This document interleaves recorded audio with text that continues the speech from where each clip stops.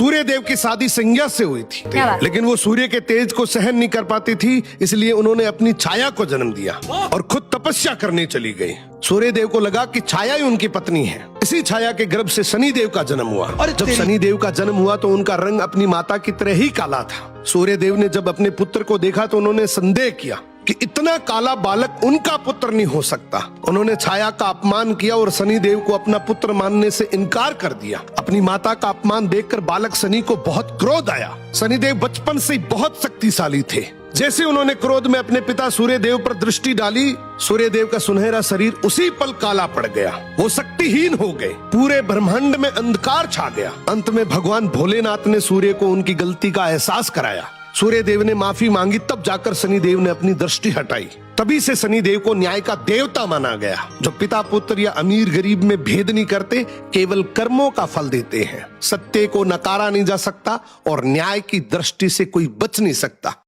नदी किनारे एक जामुन के पेड़ पर एक बंदर रहता था। उसी नदी में एक विशाल मगरमच्छ भी रहता था। धीरे धीरे बंदर और मगरमच्छ की गहरी दोस्ती हो गई। अब बंदर रोज मगरमच्छ को जामुन तोड़कर खिलाता।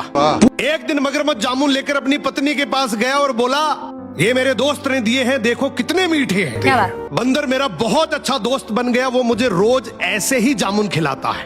पत्नी ने जामुन चखे, उसे भी बहुत मीठे लगे और बोली, अगर जामुन इतने मीठे हैं तो जो आपका दोस्त बंदर इन जामुन को खाता है तो उसका कलेजा कितना मीठा होगा। मुझे नहीं पता, मुझे कैसे भी करके इस बंदर का कलेजा चाहिए। अगले दिन मगरमच्छ बंदर के पास गया और बोला, बंदर भाई, तेरी भाभी तुझे बहुत याद कर रही है। कल रात मैंने तेरी मेरी दोस्ती का जिक्र किया, वो बोल रही है कि अगर इतना अच्छा दोस्त है तो मुझे भी मिलाओ। एक काम कर, आज तू मेरे साथ चल, आज की पार्टी वहीं करेंगे। बंदर बेचारा भरोसा करके तुरंत छलांग लगाकर मगरमच्छ की पीठ पर आ गया और बोला, चलो आज का खाना भाभी के हाथ का ही खाएंगे। अब बीच समुद्र मगरमच्छ ने अपनी सच्चाई उगल दी और बोला, बंदर भाई, बात असल ये है कि तेरी भाभी तेरा कलेजा खाना चाहती है, इसीलिए मैं तेरे को लेकर जा रहा हूं। बंदर डर गया लेकिन घबराया नहीं। वो हंसकर बोला, भाई बस इतनी सी बात, अगर यही बात थी तो पहले बोलता ना, मैं तो कलेजा पेड़ पे ही छोड़ आया। अब तेरे जैसा नीडर दोस्त है तो कलेजा किसको चाहिए, चलो वापस कलेजा लेकर आते हैं, पहले ही बोल देता यार। अब मगरमच्छ भी बंदर की बात में आकर वापस घूम गया और जैसे नदी किनारे पेड़ के पास गया, बंदर तुरंत छलांग लगाकर पेड़ पर चढ़ गया और बोला, जा रे धोखेबाज, मैंने तेरे को दोस्त माना, तेरे पे भरोसा किया और तू इतना बड़ा धोखेबाज निकला। मगरमच्छ शर्मिंदा होकर वहां से चला गया कि आजकल दुनिया में कदम कदम पर धोखा है। अगर संभल कर चलना नहीं सीखा तो कभी न कभी किसी न किसी धोखे के शिकार हो जाओगे। बहुत बड़ी बात बोल दी आपने। अचानक चूहे की नजर किसान पर पड़ी, जो जमीन पर एक चूहेदानी लगा रहा था। खतरा भांपते ही चूहा दौड़कर मुर्गे के पास पहुंचा और घबराहट में बोला, घर में चूहेदानी आ गई है, हमें कुछ करना होगा वरना सब मुश्किल में पड़ जाएंगे। मुर्गा हंसते हुए बोला, ये तेरा मामला है, मेरा नहीं, मुझे चूहेदानी से क्या लेना देना। निराश चूहा बकरे के पास गया और मिन्नत करते हुए बोला, खतरा सिर्फ मेरे लिए नहीं है, हम सब के लिए है। बकरा मुस्कुराकर बोला, अरे भोले, मैं तो बकरा हूं, चूहेदानी मेरा क्या बिगाड़ लेगी, और वैसे भी मेरा मालिक मुझसे बहुत प्यार करता है। चूहा उदास होकर चुपचाप अपने बिल में जा बैठा। उसी रात चूहेदानी से एक जोरदार आवाज आई, उसमें एक जहरीला सांप फंस गया था।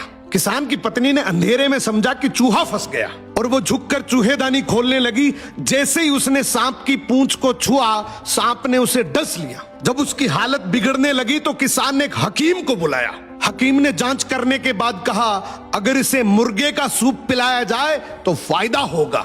किसान ने बिना देर किए मुर्गा जबा कर दिया, लेकिन पत्नी की हालत में कोई खास सुधार नहीं हुआ। कुछ दिन बाद हकीम फिर आया और बोला, अगर बकरे की चर्बी जख्म पर लगाई जाए तो शायद आराम मिले। किसान ने बिना सोचे बकरा भी काट दिया, लेकिन फिर भी उसकी पत्नी की जान नहीं बची। घर सूना हो गया। चूहा भी चुपचाप अपना ठिकाना छोड़कर कहीं और चला गया। दूसरों की समस्या को अपनी समझकर मदद करना ही समझदारी है। अगर इस बात से सहमत हो तो कमेंट में यस टाइप करना। रावण जब मरा तो मरते मरते उसने राम जी से एक बहुत गहरी बात कही। बोला कि हे राम, आज मैं समझ चुका हूं। राम जी बोले, क्या? बोला कि मैं समझ गया हूं कि मैं हर चीज में तुमसे बड़ा हूं। बुद्धि में, ताकत में मेरा शरीर तुम्हारे शरीर से बहुत बड़ा है। मेरे पास 10 सर भी हैं।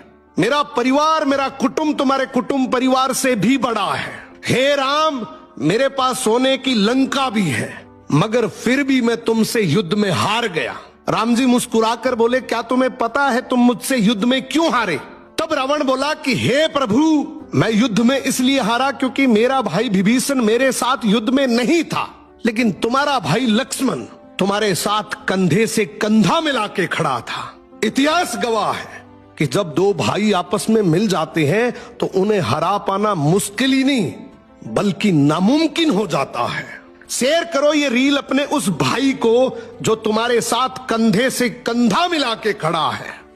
एक बार एक कुत्ते और एक गधे में शर्त लगी कि जो भी दौड़ में जीतेगा वो सत्ता के सिंहासन पर बैठकर राज करेगा। दोनों ने दौड़ शुरू कर दी। दौड़ शुरू होते ही कुत्ता खुश हो गया। उसने सोचा, मैं तो वैसे ही तेज दौड़ता हूँ, गधे को आसानी से हरा दूंगा। लेकिन उस कुत्ते को ये बात मालूम नहीं थी कि हर मोहल्ले के चौक पर दूसरे कुत्ते खड़े होंगे जो उसे आगे बढ़ने नहीं देंगे। और ठीक ऐसा ही हुआ। हर चौक पर मोहल्ले के कुत्तों ने उस पर हमला बोल दिया। वो अनगिनत कुत्तों से लड़ते हुए जैसे तैसे वहाँ पहुँच गया। लेकिन वहाँ पहुँचकर उसने देखा कि गधा सत्ता के सिंहासन पर बैठकर राज कर रहा था। हताश और जख्मी कुत्ता बोला, काश मेरी ही बिरादरी वाले मुझसे लड़े ना होते, तो आज मैं राजा बनकर उन्हीं का भला कर रहा होता। निष्कर्ष, जीवन में अक्सर हमारे अपने ही हमें आगे बढ़ने और जीतने नहीं देते। और हाँ, कई बार इंसान अपने दुश्मनों से नहीं बल्कि अपनों की खींचतान से हार जाता है।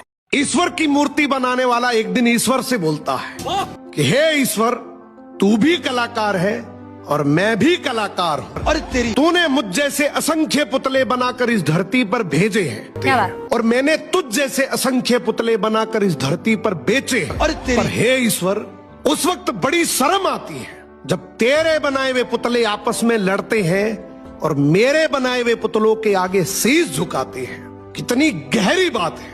और हमसे भी अक्सर एक गलती हो जाती है कि हम मंदिर हमारी बनाई हुई मूर्तियों के दर्शन करने तो चले जाते हैं, लेकिन अक्सर अपने घर परिवार में उन मूर्तियों के दर्शन करने भूल जाते हैं जिन्होंने हमें बनाया है। सो शिक्षा से पहले संस्कार, व्यापार से पहले व्यवहार, और यदि भगवान से पहले अपने माता पिता को रख दिया तो यकीन मानिए जिंदगी की हर कठिनाई का हल आपको मिल जाएगा।